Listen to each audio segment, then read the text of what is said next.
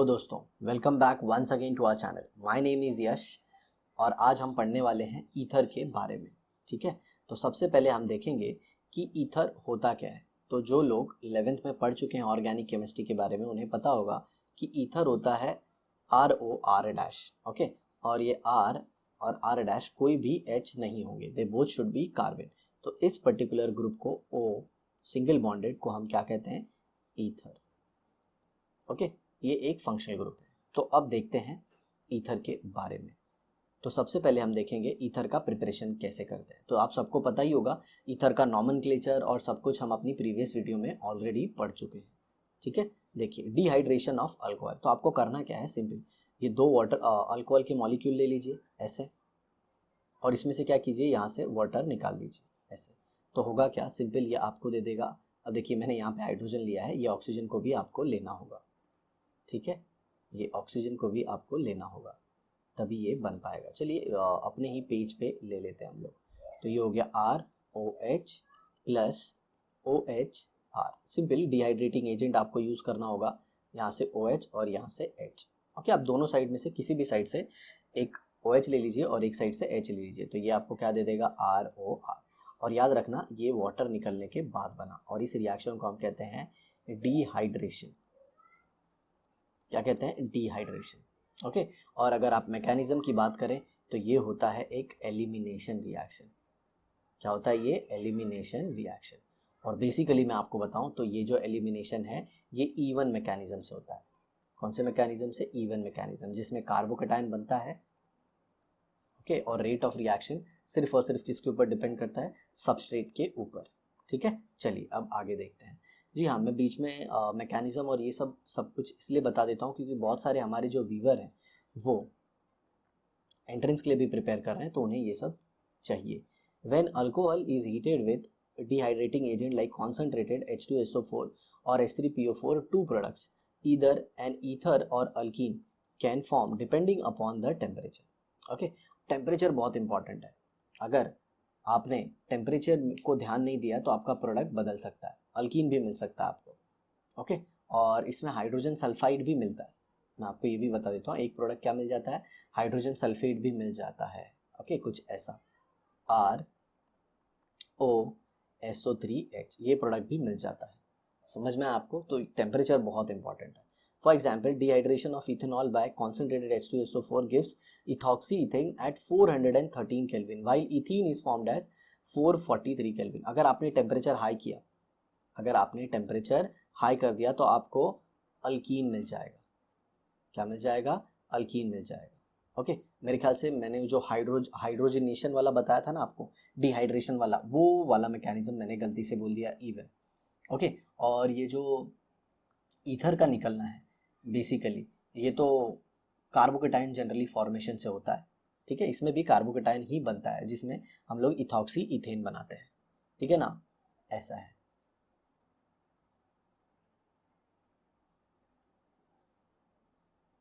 Okay, अब carbocation बनेगा कि रिएक्शन SN2 के हिसाब से चलेगी, SN2 होगा या SN1 होगा, ये कम्प्लीटली डिपेंड करता है कि जो कार्बोकेटाइन बनेगा वो स्टेबल होगा या नहीं। जी हाँ, मैं वापस बताना चाहूँगा, ये सब कुछ डिस्कशन मैं उन बच्चों के लिए कर रहा हूँ जो एंट्रेंस के लिए प्रिपेयर करना चाहते हैं। आगे का हमारा गोल एंट्रेंस ही है। ठीक है, तो ये देखिए, अगर स्टेबल कार्बोकेटाइन बनता होगा तो रिएक्शन SN1 के थ्रू होगी, या फिर स्टेबल कार्बोकेटाइन नहीं बनेगा तो SN2 होगा। किसमें? ईथर के फॉर्मेशन में। और अल्कीन का जो मैंने पीछे बताया था आपको, इवन मैकेनिज्म होगा। मैं माफ़ी चाहूँगा कि मैंने ऐसे बोल दिया कि ईथर इवन मैकेनिज्म से बनेगा, बिल्कुल नहीं। ईथर SN1 या SN2 से बनेगा, लेकिन जो अल्कीन है वो इवन से बनेगा। ठीक है, अगर आप स्टेट बोर्ड के लिए प्रिपेयर कर रहे हैं तो बिल्कुल टेंशन मत लीजिए, SN1 SN2 इवन ये सब से आपको कुछ लेना देना नहीं है। ठीक है, तो ये देखिए टेम्परेचर हाई हो गया तो आपको क्या मिल गया? अल्कीन। सिंपल, यहाँ से OH निकालिए और इसमें से एक H। Symmetrical ethers can be obtained from primary alcohol by this method. Use of higher temperature और 2 to 3 degree alcohol gives alkene as a major product. Okay, क्योंकि उसमें SN2 या फिर SN1 नहीं हो पाता, उसकी जगह पे एलिमिनेशन होता है। Dehydration of alcohol to form ether is a SN2 reaction. देखिए यहाँ पे दे दिया, कौन सा रिएक्शन है? SN2 reaction. Protonated alcohol species undergo a back side attack by second molecule of alcohol in slow step. Subsequent fast protonation results in formation of ether. तो देखिए सबसे पहला स्टेप क्या होता है, प्रोटोनेशन। इसमें ऑक्सीजन अपने ये 2 इलेक्ट्रॉन में से एक इलेक्ट्रॉन किसको दे देता है, H+ को। अब जब भी एरो बनाएंगे ये पॉइंटेड पोर्शन किसके साइड होगा, पॉजिटिव के साइड, और ये टेल किसके साइड होगी, नेगेटिव के साइड। तो ये देखिए अब ऑक्सीजन के ऊपर पॉजिटिव चार्ज आया, सिंपल सी बात है, ऑक्सीजन के ऊपर पॉजिटिव चार्ज बिल्कुल स्टेबल नहीं है, तो ऑक्सीजन क्या करेगा, ये CH और यहाँ पे OH2 पॉजिटिव, ठीक है, ये H है। अब ये कार्बन के ऊपर डेल्टा पॉजिटिव आएगा, क्यों बताइए, कार्बन के इस इलेक्ट्रॉन को ऑक्सीजन खींचेगा और यही किसको दिख जाएगा, दूसरे अल्कोहल के मॉलिक्यूल को। चलिए मैं आपको दिखा देता हूँ। ये देखिए मान लीजिए ये बन गया RCH, यहाँ पे H और ये OH और यहाँ पे पॉजिटिव, ठीक है। अब जरा देखिए, तो ये कार्बन पे डेल्टा पॉजिटिव आएगा, क्यों, कार्बन के इस इलेक्ट्रॉन को ऑक्सीजन खींचेगा, क्योंकि ऑक्सीजन के ऊपर क्या आ गया है, पॉजिटिव चार्ज। अब ये देखिए दूसरा अल्कोहल का मॉलिक्यूल है यहाँ पे। अब ये अल्कोहल में अगर आप देखें तो ये R का क्या है, +I इफेक्ट है।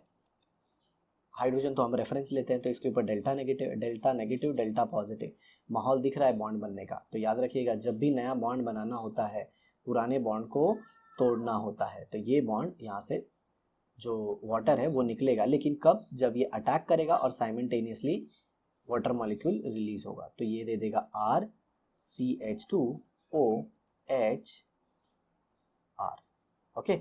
अब ये देखिए ऑक्सीजन, इस ऑक्सीजन ने अपने 2 इलेक्ट्रॉन में से ये वाला इलेक्ट्रॉन कार्बन को दिया, जिसकी वजह से ये वाला इलेक्ट्रॉन कार्बन को दिया, जिसकी वजह से उस पर पॉजिटिव चार्ज आता है। तो सिंपल ये क्या करेगा, डी प्रोटोनेशन, मतलब ये जो H+ है वो रिलीज कर देगा और फाइनली आपको क्या मिल जाएगा, RCH2OR। तो ये क्या है, ये है अपना ईथर। आया समझ में। और देखिए जो H+ as a catalyst use हुआ था, H+ जो कैटालिस्ट यूज हुआ था वो रीजनरेट हो गया। क्या हो गया, रीजनरेट, ठीक है, ऐसे है। आई होप आपको ये समझ में आया होगा। तो सर आप पहले SN1 की बात क्यों कर रहे थे, तो देखिए SN1 में मैं पहले इसलिए बोल रहा था कि मान लीजिए आपने एक टर्शरी अल्कोहल ले लिया, ठीक है, और फिर इसका प्रोटोनेशन करा दिया H+, तो जो आपका रिएक्शन मिक्सचर है उसमें क्या होगा, कार्बोकेटायन, और फिर उसके बाद अगर कोई आप अल्कोहल डालते हो ROH, ओके, तब इसका अटैक होगा उसके ऊपर। तो ये रिएक्शन SN1 के थ्रू जाएगा।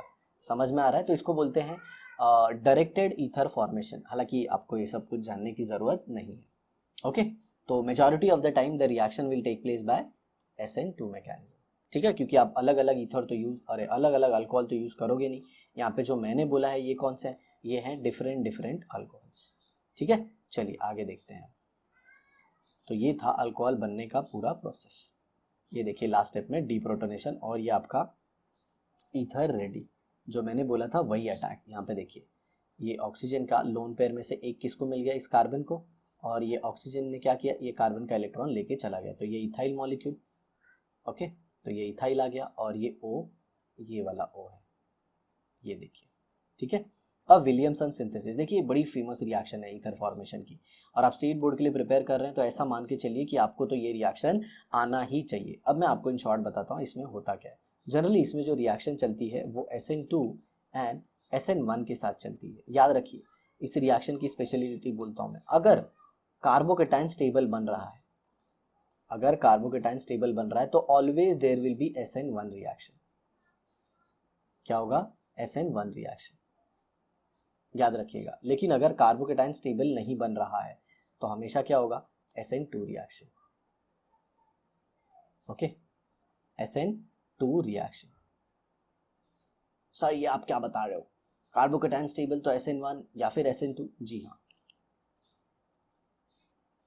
अब इसमें भी मैं डायरेक्टेड वाली बात करूंगा। डायरेक्टेड मतलब जैसे कि आपने ये लिया ROH, ठीक है, ये अल्कोहल है आपका, ठीक है, और आपने इसको सोडियम से रिएक्शन करा दिया, तो ये आपको क्या दे देगा, RO- Na+ + ½ H2। और आपने एक बीकर लिया, दूसरा बीकर, उसमें क्या किया आपने, CH3 और ये OH ले लिया, और फिर उसके अंदर H+ डाल दिया। तो ये पूरा किस में कन्वर्ट कर देगा उसको, CH3 पॉजिटिव कार्बोकेटायन, और फिर इसको ट्रांसफर करोगे तो ये SN1 होगा। और ये आपके सिलेबस में नहीं है, आउट ऑफ सिलेबस है, स्टेट बोर्ड में बिल्कुल नहीं है। तो सर स्टेट बोर्ड में जो है वो बताओ ना। तो स्टेट बोर्ड में जो भी रिएक्शन है वो किसके थ्रू है, SN2 के थ्रू। ओके, और ये वाला स्टेप उसमें भी है।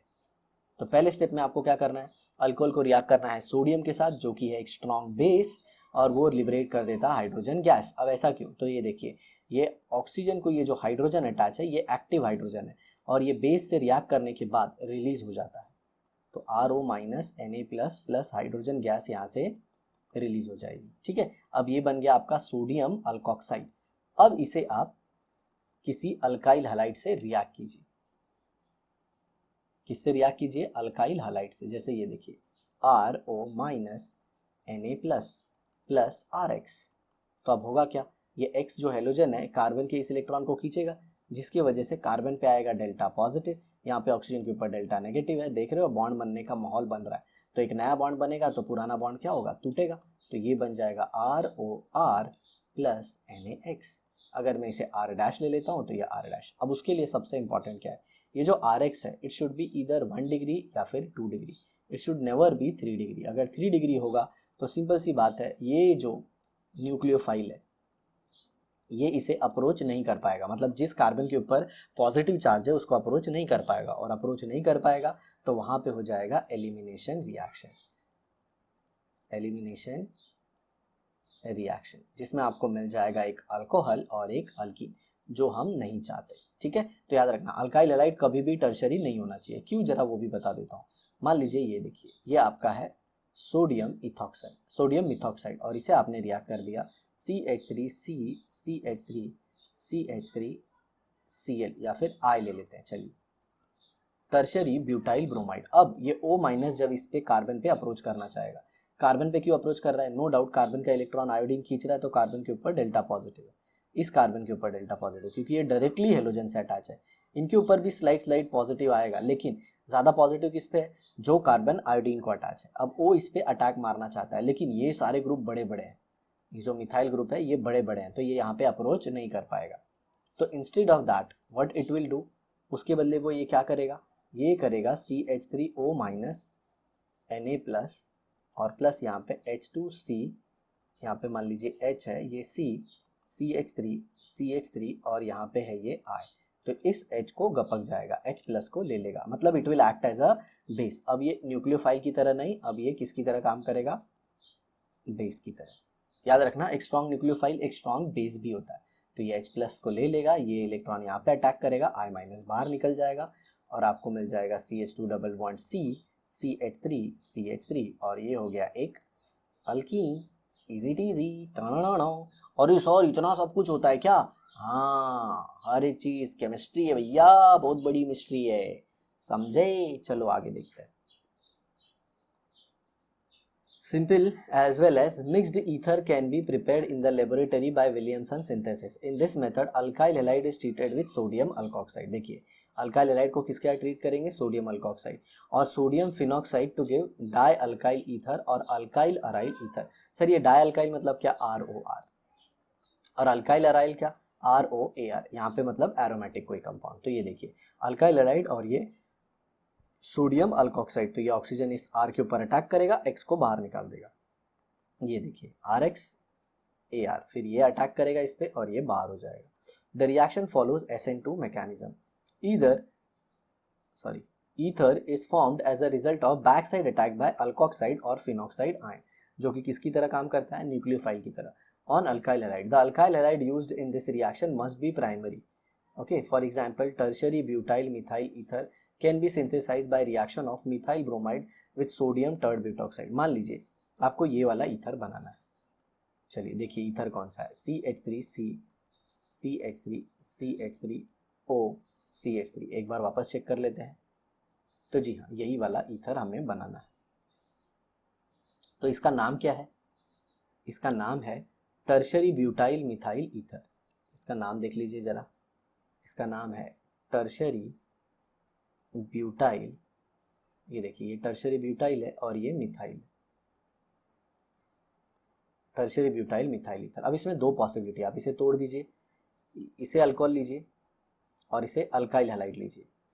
जो जरा देखिए मैं CH3C CH3 और ये OH हो गया, और प्लस अल्काइल हैलाइड किसको लेता हूँ मैं, CH3, मान लीजिए इसके साथ कोई X है, तो इसको आप किस में कन्वर्ट कर देंगे, सोडियम फिनॉक्साइड माइनस प्लस, तो ये अटैक करेगा और ये इजीली बाहर निकल जाएगा। तो नो डाउट अल्कोहल कौन सा होना चाहिए, टर्शरी। बट अगर आपने कुछ उल्टा किया, जरा देखिए यहाँ पे CH3OH लिया और फिर इसको किससे अटैक कराते हो, CH2CH3 और यहाँ पे आ गया ये X, मान लीजिए यहाँ पे H है, और इसको आपने किस में कन्वर्ट करा दिया, सोडियम से रिएक्ट करा के CH3O माइनस Na प्लस में। ठीक है, अब ये क्या करेगा, यहाँ पे अप्रोच कर पाएगा, बिल्कुल नहीं, क्योंकि तो यहाँ पे तो बल्कि ग्रुप है, आ रहा है समझ में। तो अब टर्शरी अल्काइल हैलाइड पे ये अप्रोच नहीं कर पाएगा, तो ये क्या करेगा, यहाँ से H प्लस निकालेगा और फिर ये इलेक्ट्रॉन इधर मारेगा और ये, और फाइनली आपको क्या मिल जाएगा, अल्कीन। तो याद रखिएगा ये रिएक्शन बहुत इंपॉर्टेंट है, एंट्रेंस में तो कितनी बार पूछा गया है, बहुतों बार पूछा गया है, समझे साथियों। चलो देखो, तो ये देखिए टर्शरी ब्यूटॉक्साइड को लिया गया है और उसको किसके साथ रिएक्ट किया गया, मिथाइल ब्रोमाइड के साथ, तो ये बन गया टर्शरी ब्यूटाइल मिथाइल ईथर। आगे देखिए, इफ सेकेंडरी और tertiary alkyl halide are used the reaction leads mainly to अल्कील फॉर्मेशन। अगर सेकेंडरी या टर्शरी अल्काइल हैलाइड यूज होंगे तो रिएक्शन मेनली क्या बना देगा, सिंपल सी बात है, अल्कीन बना देगा। तो यहाँ पे देखिए आपने टर्शरी यूज किया तो इसमें क्या आ गया, अल्कीन। बट याद रखिएगा कुछ सेकेंडरी में आपको नो डाउट ईथर मिल सकता है, तो याद रखिएगा alkyl halide can be primary और सेकेंडरी, यहाँ पे टेक्स्ट बुक में सिर्फ प्राइमरी बोला है, बट आप सेकेंडरी भी ले सकते हैं। ठीक है, तो ये था पूरा विलियमसन सिंथेसिस। अब आगे देखिए, Williamson synthesis is effectively a method of preparation of ethers from two hydroxy compound. The two substrate of Williamson synthesis, namely the nucleophile and alkyl halide, are obtained from hydroxy compound as shown. तो ये देखिए ये phenol है और इसको किससे react करा, base से, तो ये क्या बना दिया, सोडियम फिनॉक्साइड, मतलब बेसिकली ये क्या है, अल्कोक्साइड ही है ना। ओके ओके, अल्कोक्साइड नहीं हो सकता, अरोक्साइड हो जाएगा क्योंकि अराइल ग्रुप है इसमें, तो ये हो जाएगा सोडियम फिनॉक्साइड, और फिर सोडियम फिनॉक्साइड को आप अटैक करवा देंगे सामने वाले अल्काइल हैलाइड पे। सेम इससे कैसे अल्कोक्साइड बनाएंगे, इसका HX से रिएक्शन कीजिए या फिर Na के साथ। तो देखिए यहाँ पे HX सही नहीं रहेगा, क्योंकि अगर HX होगा तो राइट साइड में वाटर बनेगा, और अगर वाटर बनेगा तो वाटर जो होता है वो अल्कोहल से स्ट्रॉन्ग एसिड होता है। चलिए मैं आपको थोड़ा सा बता ही देता हूँ। यहाँ पे देखिए C2H5OH प्लस, आपने अगर इसका रिएक्शन HCl से किया तो आप क्या सोचते हो कि आपको मिल जाएगा C2H5O माइनस,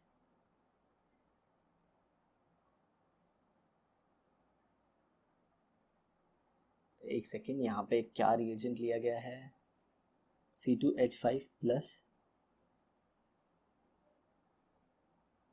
HX,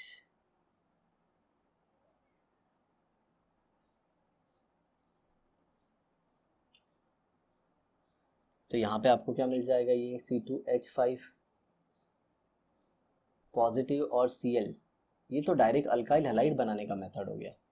ये कैसे दे दिया उन्होंने, ये तो डायरेक्ट अल्काइल, अच्छा नो डाउट यहाँ पे इन्होंने अल्काइल हैलाइड बनाने का मेथड दिया है।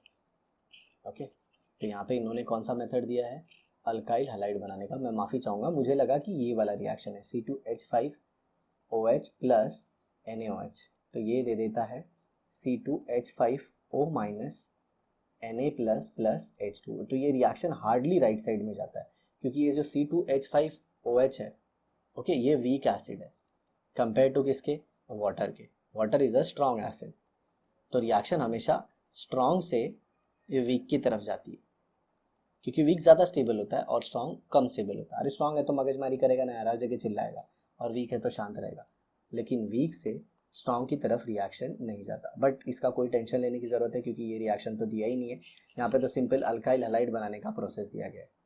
ठीक है, तो ये जनरली H और H वाटर बना के निकलेंगे, और यहाँ पे आ जाएगा Cl, और यहाँ पे क्या निकलेगा, वाटर। तो माफ़ी चाहूँगा, मैं थोड़ा सा मन भटक गया था। ठीक है, तो अल्काइल हैलाइड बन गया और फिर आपका अल्कोक्साइड, फिर उनको रिएक्ट करा दीजिए। देखिए इथाइल आइसोप्रोपाइल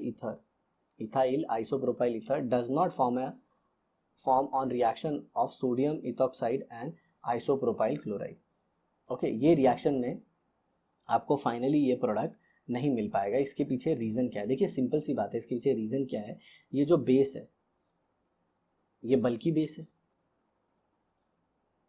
सर आपने बेस क्यों बोला? देखिए नो डाउट ये न्यूक्लियोफाइल की तरह भी काम कर सकता है, ये बेस की तरह भी काम कर सकता है, लेकिन आपने CH3 के बदले इथाइल लिया है, तो जब भी स्टेरिक हिंड्रेंस बढ़ता है तो न्यूक्लियोफाइल के बदले बेसिक नेचर बढ़ता है।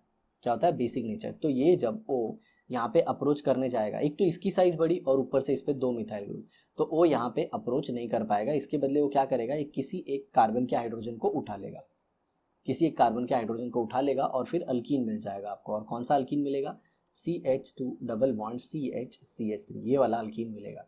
और यहाँ पे क्या मिल जाएगा? इथाइल अल्कोहल मिल जाएगा। आया समझ में?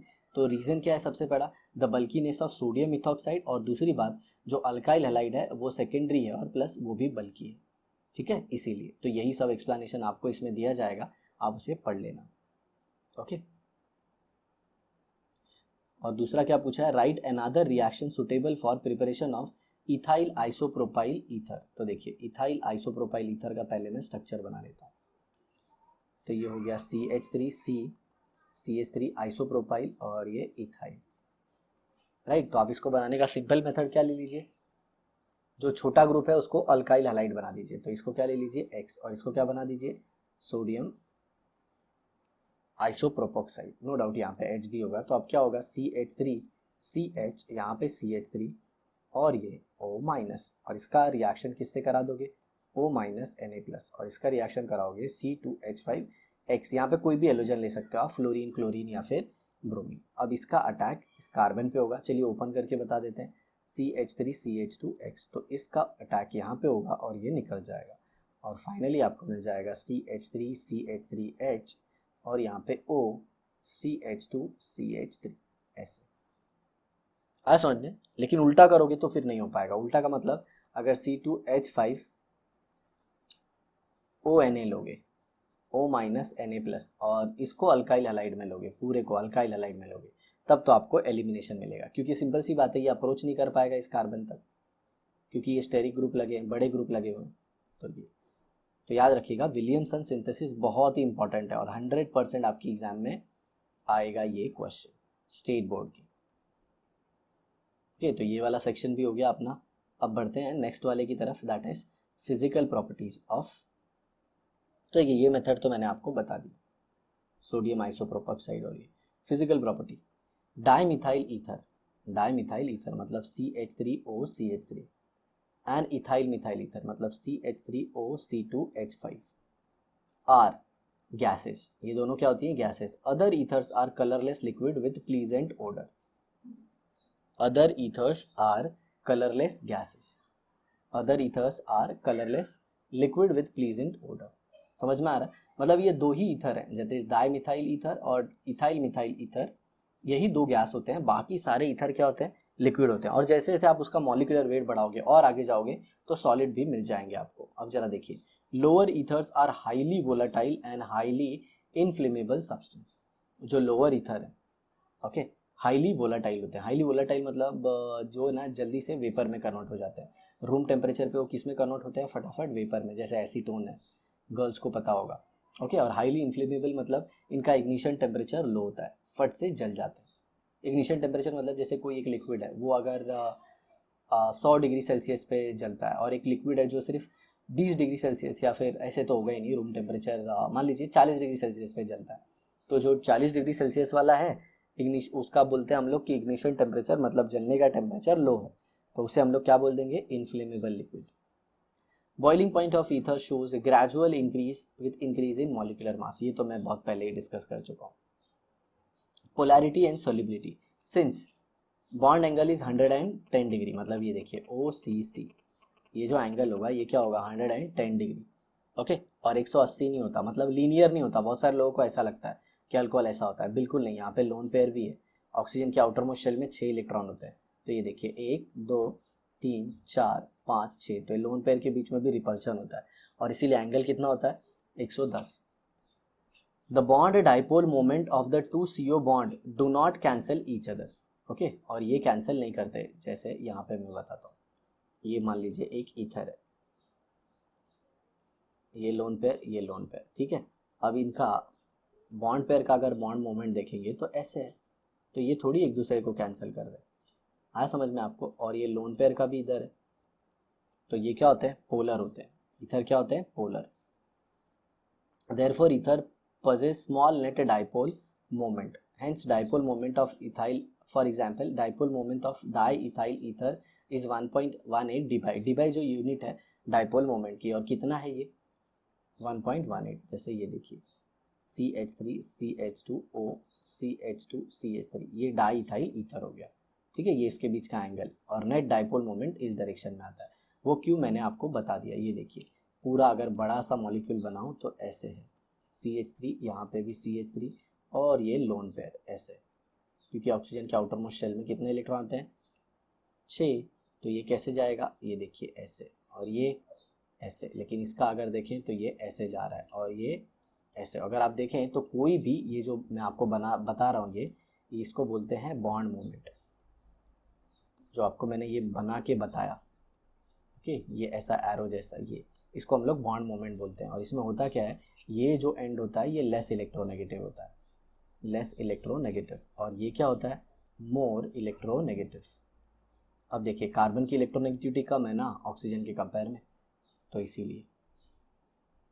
चलिए, weak polarity of ether does not affect their boiling point, okay, which are about the same as those alkane having comparable molecular masses। तो ईथर का भी जो बॉइलिंग पॉइंट होता है वो कम होता है, और अल्केन का भी बॉइलिंग पॉइंट कम होता है, क्योंकि उनके अंदर जो इंटरएक्टिव फोर्सेस हैं, जो इंटरमोलिकुलर फोर्सेस हैं, वो काफ़ी कम है इसीलिए। ठीक है, तो यहाँ पे देखिए दिया है एन हेप्टेन का, देखिए 100 दिया है के मॉलिकुलर मास, और methyl N pentyl ether, methyl मतलब ये CH3 और यहाँ पे वो, और यहाँ पे 5 कार्बन, ये इसका कितना है 102 है। तो इसका बॉइलिंग पॉइंट कितना है देखिए,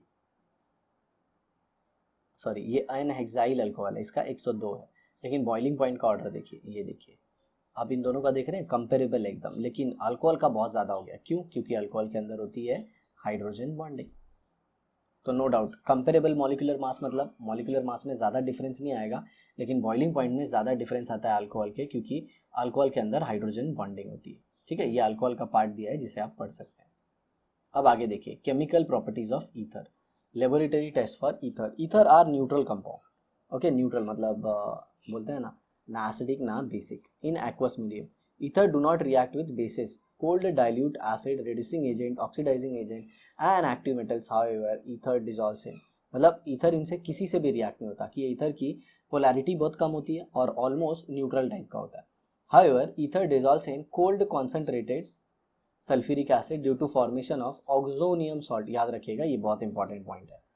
ईथर जो होता है वो डिसॉल्व होता है किसमें, कोल्ड कॉन्सेंट्रेटेड H2SO4 में। ओके, और ये बनता है, इसको क्या बोलते हैं यहाँ पर, ऑक्सोनियम सॉल्ट। ओके, आयन बनाने की वजह से ये चार्ज आ गया इसके ऊपर, और वाटर तो पोलर होता ही है। This property distinguishes ether from hydrocarbon. कैसे ये प्रॉपर्टी ईथर को अलग करती है, क्योंकि हाइड्रोकार्बन कोई ऐसा ऑक्सोनियम आयन नहीं बनाते। देखो अब यहाँ पे reaction involving alkyl group of ether, मतलब अल्काइल ग्रुप मतलब ये वाला ग्रुप। ठीक है, अब इसको हम लोग ने किसके साथ रिएक्ट किया, ऑक्सीजन के साथ, वो भी लॉन्ग टाइम, और ये एटमॉस्फेरिक ऑक्सीजन है, मतलब जो अपने हवा में होती है। ठीक है, यहाँ पे प्लस आएगा।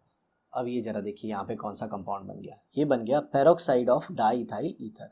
पेरोक्साइड ऑफ डाइथाइल ईथर, आपने किया क्या, यहाँ पे एक हाइड्रोजन को तोड़ दिया। जैसे ये देखिए CH3 CHO CH3 CH3 था, तो यहाँ पे OOH लगा दिया, ये पेरोक्साइड लिंकेज है। मतलब यहाँ से एक हाइड्रोजन था उसे निकाला, और यहाँ पे ऑक्सीजन का एक हाइड्रोजन निकाला, ये देखिए। ओके, ये हाइड्रोजन है, ये बॉन्ड तोड़ा ऐसे, ये पेरोक्साइड बना, और सेम कार्बन का ये हाइड्रोजन तोड़ा, और यहाँ पे एक फ्री रेडिकल बनाया। नो डाउट यहाँ पे फ्री रेडिकल और ये फ्री रेडिकल आपस में ज्वाइन कर लिए यहाँ पे, और फाइनली आपको पेरोक्साइड मिल गया।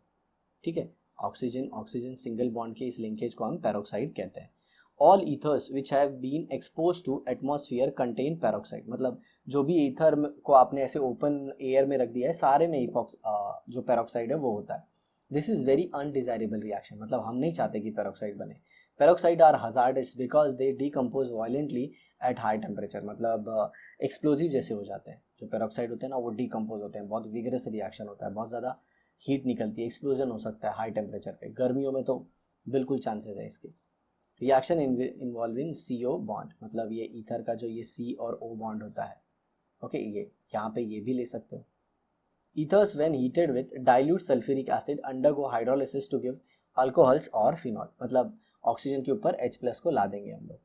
तो ये देखिए, ये बॉन्ड को तोड़िए और दोनों पे OH OH लगा दीजिए, ये देखिए, ठीक है, ये बॉन्ड को तोड़िए, दोनों पे OH OH लगा दीजिए, ये बॉन्ड को तोड़िए, दोनों पे OH OH लगा दीजिए। ये सिंपल सा मेथड है, ठीक है। रिएक्शन विद PCl5, तो अब जरा देखिए यहाँ पे आप क्या करोगे, इसको तोड़ो और PCl5 के साथ ये POCl3 दे देगा। चलिए इसका ट्रिक मैं दे देता हूँ आपको। ऐसे मान लीजिए R है, ये O है, ये R डैश है, और आपने क्या लिया है, PCl5, तो ये Cl, ये Cl, यहाँ पे Cl, यहाँ पे Cl और यहाँ पे भी Cl। तो आप क्या कीजिए, यहाँ पे से ये ले लीजिए एक RCl और यहाँ से भी लिख लीजिए एक RCl, और इसको क्या कीजिए, इसको ऐसे जोड़ दीजिए, ये देखिए ऐसे। तो ये क्या बन गया, एक RCl प्लस दूसरा क्या है R-Cl, फिर उसके बाद क्या है POCl3, क्या है POCl3। तो इस तरह से ये प्रोडक्ट बन गया, ठीक है। चलिए देखते हैं आगे। Reaction with hot concentrated acid, ये देखिए हॉट, ओके, तो एक को H देना होगा आपको और दूसरे को X देना होगा। तो ये देखिए RX और ROH, ओके, इसमें नो डाउट कार्बोकेटायन का मैकेनिज्म चलता है, कार्बोकेटायन, ओके। और अगर दोनों प्राइमरी है, कार्बोकेटायन नहीं बनेगा तो SN2 मैकेनिज्म होगा। ये बहुत ही इंपॉर्टेंट रिएक्शन है, reaction of ether with hello acid, reaction of ether with hello acid. और जनरली HI के साथ रिएक्शन तो मैं आपको बताऊं मोर देन 20 टाइम्स आया है एंट्रेंस एग्जाम में। तो ROH के साथ अगर HI को लगाओगे तो आपको प्रोडक्ट कौन सा मिलेगा, तो सिंपल, आपका स्टेट बोर्ड है तो आप एक R के साथ H लगाइए और एक R के साथ X लगाइए। बट याद रखिए, जिसके साथ स्टेबल कार्बोकेटायन बनेगा उसके साथ आपको हमेशा X को लगाना है। चलिए एक एग्जांपल दे देता हूँ मैं आपको इसके लिए। जैसे यहाँ पे देखिए CH3 CH3 CH3 और यहाँ पे OCH3 है, ओके। अब यहाँ पे देखिए, अगर आपने इसका रिएक्शन HI से करा है, नो डाउट अब ये HI का जो H है ये इसके ऊपर अटैक करेगा, ठीक है, और फाइनली आपको क्या मिल जाएगा, CH3C CH3 CH3OH और यहाँ पे CH3 और इसके ऊपर क्या है पॉजिटिव चार्ज। अब देखिए यहाँ पे कार्बोकेटायन बनने का चांसेस है क्योंकि यहाँ पे एक टर्शियरी ग्रुप है, तो ये टर्शियरी ग्रुप क्या करेगा, इसको तोड़ देगा। तो अब फाइनली आपको क्या मिल जाएगा, H3C CH3 CH3OH और प्लस, सॉरी ये मैंने OH कैसे लिख दिया, यहाँ पे पॉजिटिव आ जाएगा CH3 पॉजिटिव और प्लस क्या मिल जाएगा आपको CH3OH और फिर I- आके इस पे अटैच होगा, ठीक है, और फिर आपको मिल जाएगा C और ये I, टर्शरी ब्यूटाइल आयोडाइड, ऐसे। और अगर ऐसा कोई केस आता है जहाँ पे कार्बोकेटायन बनने के बिल्कुल भी चांसेस नहीं है, जैसे ये CH3O CH3 है और इसका रिएक्शन आपने HI के साथ करा है, तो क्या होगा, यहाँ पे H आ जाएगा नो डाउट, ओके, और ये दे देगा CH3O CH3H और इस पर पॉजिटिव चार्ज, ओके, और फिर आप I- का अटैक करा लेंगे। यहाँ पे तो I- का अटैक किसी पे भी करा सकते हैं, ये इधर और ये इलेक्ट्रॉन ऐसे रख लेगा, तो ये बना देगा CH3OH और प्लस CH3I। अगर कोई ऐसे बोलेगा कि सर आपने I का अटैक यहाँ पे ही क्यों कराया, इस पे ही क्यों कराया, तो आप इस पे भी करा सकते हैं, कोई प्रॉब्लम नहीं है। अब जरा सिचुएशन को और थोड़ा सा ट्विस्टेड करते हैं। CH3 CH2 OCH3 अगर आ गया, नो डाउट यहाँ पे ऐसे H जुड़ेगा, इस पे पॉजिटिव आएगा और अब I- किस पे अटैक करेगा, तो देखिए I- उस पे अटैक करेगा जिस पे पॉजिटिव चार्ज ज़्यादा है। इस इलेक्ट्रॉन को ऑक्सीजन खींच रहा है तो इसके ऊपर डेल्टा पॉजिटिव है, नो डाउट इसका जो डेल्टा पॉजिटिव है वो ज़्यादा है, बड़ा डेल्टा पॉजिटिव है। क्यों, यहाँ पे भी डेल्टा पॉजिटिव आ रहा है, नो डाउट इस इलेक्ट्रॉन को भी खींच रहा है, लेकिन यहाँ से मिथाइल का प्लस आई लगा हुआ है तो इसका डेल्टा पॉजिटिव छोटा है, तो I- यहाँ पे अटैक करेगा और ये पूरा पार्ट निकल जाएगा। तो ये बन जाएगा CH3 CH2OH plus CH3I। I hope आपको ये समझ में आ गया, ठीक है जी हाँ दोस्तों। तो ये था, आगे इसी का पूरा एक्सप्लेनेशन दिया गया है आपको, ये देखिए यहाँ पे। तो यहाँ पे ये बन जाएगा, अब I- किस पे अटैक करेगा, जिसके ऊपर स्टेरिक हेंड्रेज कम है, ओके, क्योंकि I- क्या है, पावरफुल न्यूक्लियोफाइल। तो ये देखिए यहाँ पे अटैक किया और ये पूरे ने क्या दे दिया, अल्कोहल, ओके। अब देखिए यहाँ पे ऑर्डर ऑफ एसिडिक स्ट्रेंथ ऐसा क्यों दिया गया है, क्योंकि आप देखें ना तो सबकी बॉन्ड एनर्जी अलग है। अगर H है और I है तो आयोडीन का जो इलेक्ट्रॉन है वो 5p ऑर्बिटल में होता है। सर 5p में कैसे? अगर आप इलेक्ट्रॉनिक कॉन्फ़िगरेशन लिखें तो आयोडीन का इलेक्ट्रॉनिक कॉन्फ़िगरेशन एंड वाला जो आएगा, जो बोलते हैं ना जनरल इलेक्ट्रॉनिक कॉन्फ़िगरेशन की बात कर रहा हूँ, जो उसके आउटर मोस्ट शेल का आएगा वो आएगा 5s2 5p5। तो जो H है वो 1s है और इसका ओवरलैप किसके साथ होगा? 5p, तो ये 1s और ये 5p, तो बॉन्ड काफ़ी बड़ा होगा। चलिए मैं आपको थोड़ा सा दिखा देता हूँ। तो ये देखिए ये है S और ये 5p के इलेक्ट्रॉन के साथ ओवरलैप हुआ, मतलब यहाँ पे 2 इलेक्ट्रॉन आएंगे। और यही अगर आप आयोडीन के बदले F का लेते हो तो ये F छोटू होगा, क्योंकि F का कौन सा ऑर्बिटल होगा? 2p। आयोडीन का कौन सा है? 5p, ये F। तो ये बॉन्ड कितना छोटा होगा न्यूक्लियस का? ये देखिए what is bond? Inter nuclear distance. Bond क्या होता है? दो न्यूक्लियस के बीच का डिस्टेंस। तो ये छोटा बॉन्ड है और ये बड़ा बॉन्ड है। और आप मेरे को बताओ कौन सा बॉन्ड स्ट्रांग होता है? जी हाँ, smaller bond. Smaller bond is stronger as compare to bigger bond. क्यों स्ट्रॉन्गर? अगर बिगर बॉन्ड को देखोगे तो न्यूक्लियस काफ़ी दूर है, ओके, और अट्रैक्शन कम है, लेकिन यहाँ पे न्यूक्लियस नज़दीक है और अट्रैक्शन ज़्यादा है। अब आप लोग सोचोगे सर न्यूक्लियस बीच में अट्रैक्शन तो नहीं होता, लेकिन ये उसके बीच में जो इलेक्ट्रॉन है ना उसकी बात कर रहा हूँ। इस इलेक्ट्रॉन को ये न्यूक्लियस खींचेगा, ये भी खींचेगा, लेकिन यहाँ पे जो इलेक्ट्रॉन है उसकी डेंसिटी ज़्यादा है, तो दोनों न्यूक्लियस स्ट्रांगली खींचेंगे और उनके बीच का डिस्टेंस कम होगा, याद रखिएगा। या फिर आप ऐसे सोच लो, एक छोटी लकड़ी है और एक बड़ी लकड़ी है, दोनों की जो बोलता है ना थिकनेस है वो सेम है, तो कौन जल्दी टूटेगी? सिंपल सी बात है, बड़ी वाली जो होगी वो ज़्यादा फ्लेक्सिबल होगी तो ईजिली टूट जाएगी, जबकि छोटी वाली बहुत छोटी होगी तो हाथ में ही नहीं आएगी तो टूटेगी कैसे? ठीक है, ऐसे। सर ये क्या गच्चा गच्चा एग्जाम्पल दे रहे हो? अरे समझने के लिए बस इतना ही सफिशियंट है। आ रहा है समझ में? अगर आगे देखिए क्या बोला है, एक्सेस ऑफ एच आई करोगे तो एक्सेस ऑफ एच आई में क्या करना है आपको, मैं सिंपल बता देता हूँ। जो आपने अल्कोहल बनाया है ना वो अल्कोहल को भी आयोडाइड में कन्वर्ट कर देने का, सिंपल। जैसे यहाँ पे देखिए, यहाँ पे ये बनाया CH3OH बना, ये इसका भी अब आयोडाइड आपको बनाना है, ठीक है, इसका भी आपको क्या बनाना है? आयोडाइड, ओके, और इसका भी आयोडाइड बनाना है। ये जो कार्बोकेटाइन बना था ये तो नोट आयोडीन से रिएक्ट करके ये तो बनाएगा ही, इसका भी आपको आगे चल के आयोडाइड बनाना ही होगा क्योंकि एक्सेस यूज हुआ है। समझ में आया? ओके, ऐसे। और इसमें कौन सा रिएक्शन होगा? इसमें होगा SN2 रिएक्शन। ये बहुत इंपॉर्टेंट रिएक्शन है, मैं आपको बताऊं तो ईथर की सबसे इंपॉर्टेंट रिएक्शन यही है जो आपने अभी पढ़ा। आगे देखते हैं। Alkyl aryl ether have stronger and shorter bond between oxygen and aromatic ring, hence an alkyl aryl ether undergo cleavage of oxygen alkyl bond and yield a phenol and alkyl iodide। Same वही चीज़ है, यहाँ पे तोड़ेंगे, okay, तो O के ऊपर H आएगा और नो डाउट I माइनस इसके ऊपर अटैक करेगा, ये निकल जाएगा, सब कुछ मैकेनिज्म से। ये देखिए, ओके। अब नेक्स्ट आते हैं इलेक्ट्रोफिलिक सब्स्टिट्यूशन इन एरोमेटिक ईथर।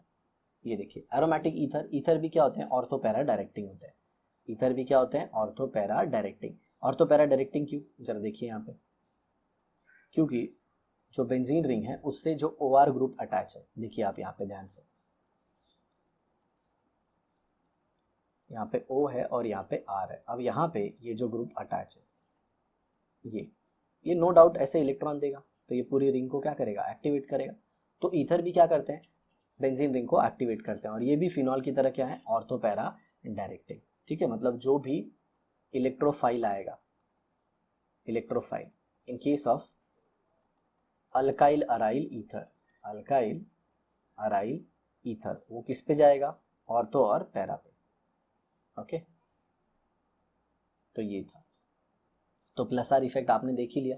ये देखिए Br2 इन एसिटिक एसिड, तो अब ये देखिए कहाँ पे चला गया? पैरा पे, और एक किधर आ गया? ऑर्थो पे। अब ऑर्थो वाला क्या हो गया? माइनर। क्यों? अब ये एक बड़ा ग्रुप है और ये भी बड़ा ग्रुप है, तो बड़े बड़े ग्रुप के बीच में क्या होगा? रिपल्शन। और बड़े ग्रुप के बीच में रिपल्शन होगा तो सिंपल सी बात है, ये कहाँ जाना चाहेगा? डिस्टेंस पे, तो इसलिए ये इधर आ गया, ओके। अब फ्रीडल-क्राफ्ट रिएक्शन, ये बहुतों बार हमने देखा है, लुईस एसिड के प्रेजेंस में होता है, ओके। तो यहाँ पे आपने क्या देखा है? फ्रीडल-क्राफ्ट बहुत सारे टाइप के होते हैं, अल्काइलेशन होता है, असाइलेशन होता है, ओके। तो यहाँ पे हम लोग देख लेते हैं कौन सा दिया है, अल्काइलेशन दिया है, क्योंकि अल्काइल ग्रुप लाना है तो मिथाइल दो जगह जाएगा, एक पैरा पे जाएगा और एक ऑर्थो पे, और इसमें जो रियल अटैकिंग इलेक्ट्रोफाइल होगा वो CH3+ होगा, याद रखिएगा CH3+, ओके। सेम रीज़न वही है, ये बड़े बड़े ग्रुप के बीच में रिपल्शन होगा, इसीलिए ये कहाँ पे जाना पसंद करेगा? पैरा पे।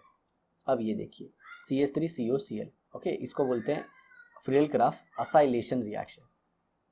ओके, तो असाइल ग्रुप क्या होता है? ये होता है CH3C डबल बॉन्ड O, ये असाइल ग्रुप है। ओके, ये असाइल ग्रुप कहाँ पे आ जाएगा? पैरा। और ये भी मेजर होगा क्योंकि सिंपल सी बात है, ये दोनों ग्रुप भी बड़े बड़े हैं और बड़े बड़े हैं तो इनके बीच में क्या होगा? रिपल्शन। अब आगे फाइनली नाइट्रेशन पे, तो नाइट्रेशन पे NO2 ग्रुप भी ऑर्थो पे और पैरा पे। वापस देखिए, यही मेजर, क्योंकि इनके बीच में भी अब क्या होगा? रिपल्शन। सर यहाँ पे हाइड्रोजन बॉन्डिंग नहीं होगी क्या? क्योंकि फिनॉल के केस में आपने ऑर्थो नाइट्रोफिनॉल को मेजर बताया था। जी हाँ, यहाँ पे हाइड्रोजन जो है OCH3 में हाइड्रोजन कार्बन को अटैच है, ऑक्सीजन को अटैच नहीं है। अगर वो ऑक्सीजन को अटैच होता तो no doubt hydrogen bonding exist करती। चलिए अब देखते हैं usages of alcohol, phenol and ether. तो देखिए साथियों, ये यूजेज आप खुद से भी कर सकते हैं। तो ये हो गया हमारा overall chapter alcohol, phenol and ether. अब नेक्स्ट क्लास में जब भी हम मिलेंगे हम पढ़ेंगे exercise of alcohol, phenol and ether. तो आई होप आपको चैप्टर बहुत ही अच्छे से समझ में आ गया होगा। हमारी वीडियो ज़रूर अच्छी लगी होगी, इसको अपने दोस्तों के साथ शेयर कीजिए और फिर हम मिलते हैं एक और नई वीडियो के साथ अगले एपिसोड में। बाय।